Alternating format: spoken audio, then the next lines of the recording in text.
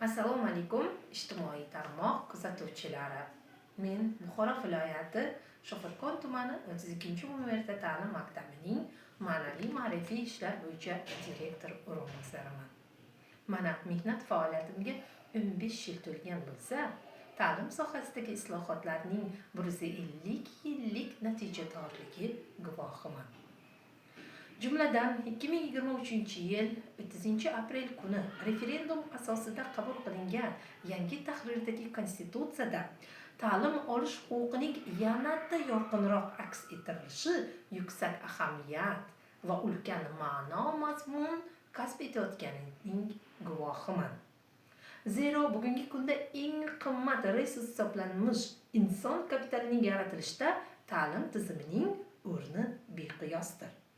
Zero Buxoro viloyati Shofirkon tumani 32-universitet ta'lim maktabida ham inson kapitalida ta'lim tizimining o'rni beqiyosligi ko'rinmoqda.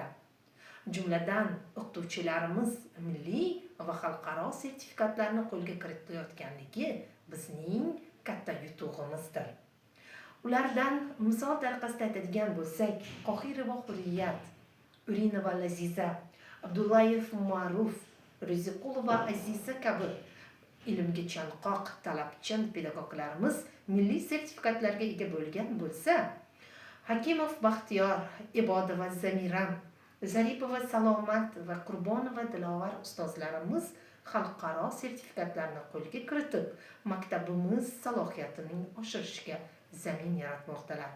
Shuningdek, ustozlarimizdan 40 nafar o'qituvchilarimizdan 36 nafari oliy toifali va qolganlari birinchi toifali mutaxassis toifa egalari ekanligidan ko'rsa bo'ladiki, chekka hududda ham ta'lim sohasidagi islohotlar va ularga berilayotgan imkoniyatlar ko'lami kengaymoqda.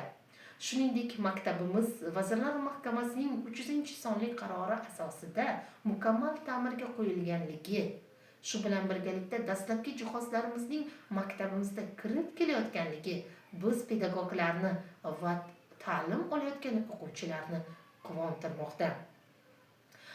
Shunday quvonarli xabarlar asosida 2025-yilimiz yakunlanib borayotgan ekan, 2026-yilda ham pedagoglarimizga bundanda kuch-quvvat va ta'lim sohasida bundanda yuqori natijalarga ega bo'lishlarini va biz tugatayotgan bitiruvchilarimiz oliy ta'lim tizimida ham faoliyatini davom ettirib jamiyatda o'z o'rinlariga ega bo'lishlariga tilakdoshimiz.